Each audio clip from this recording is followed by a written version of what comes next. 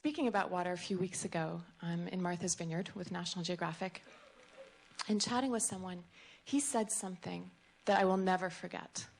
He said, "Water is the ink with which the poetry of life is written." And that means so many things. It can mean that water is the substance which supports the web of life in our world. It can also mean that water is the symbol of our hopes and dreams for the afterlife. But for me, water means something very personal. Water, in so many ways, defines my life. In fact, it started when I was about 4 months old, and my parents taught me to swim for the first time. Shortly thereafter, we went on expedition, and as you can imagine, water was not in short supply on a Cousteau expedition. But my real love affair with water started when I was 7 years old. And it was a summer that we spent a lot of time in Monaco, and one of the hats that my grandfather wore was as the director of the Oceanographic Museum of Monaco. And that summer, I would go visit him at the museum. I was 7. And we would go feed the fish in the aquarium. And we had this wonderful game that we would play together, where he was the king of this underwater world. And being 7, I opted to be the mermaid princess. And we went hand in hand through this aquarium and up to each tank. And he showed me the electric eels. He showed me the corals. He showed me the sponges, the hermit crabs, the clownfish, the sharks.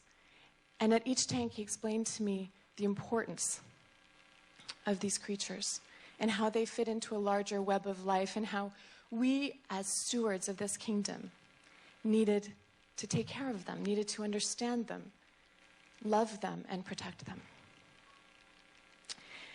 It was also the summer that he taught me to scuba dive.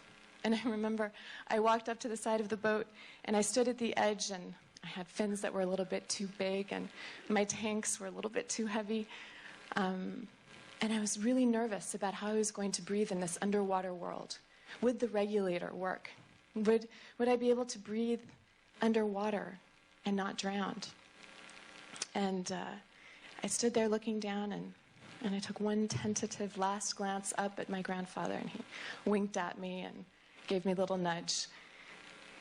And so I took a giant leap of faith into the Mediterranean, and I could breathe. And I started to look down, and I saw this huge ball of shiny silver fish. And they were mesmerizing.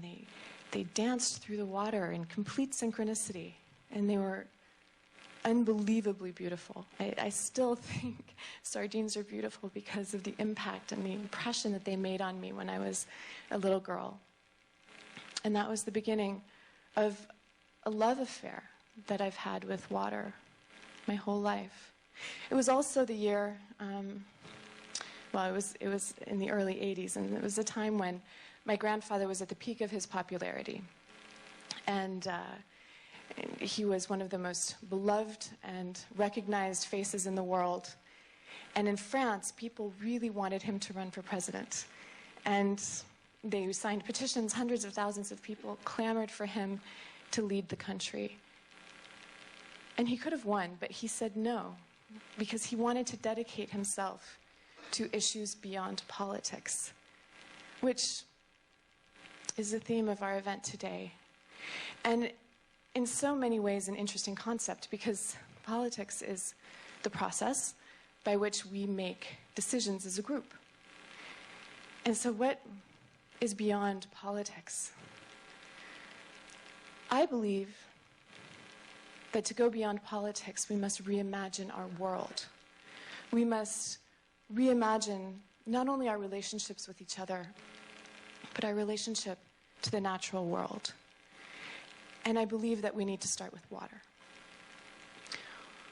Over the past decade, I have spent so much of my time out in the field, exploring different ecosystems, but also spending a lot of time with people.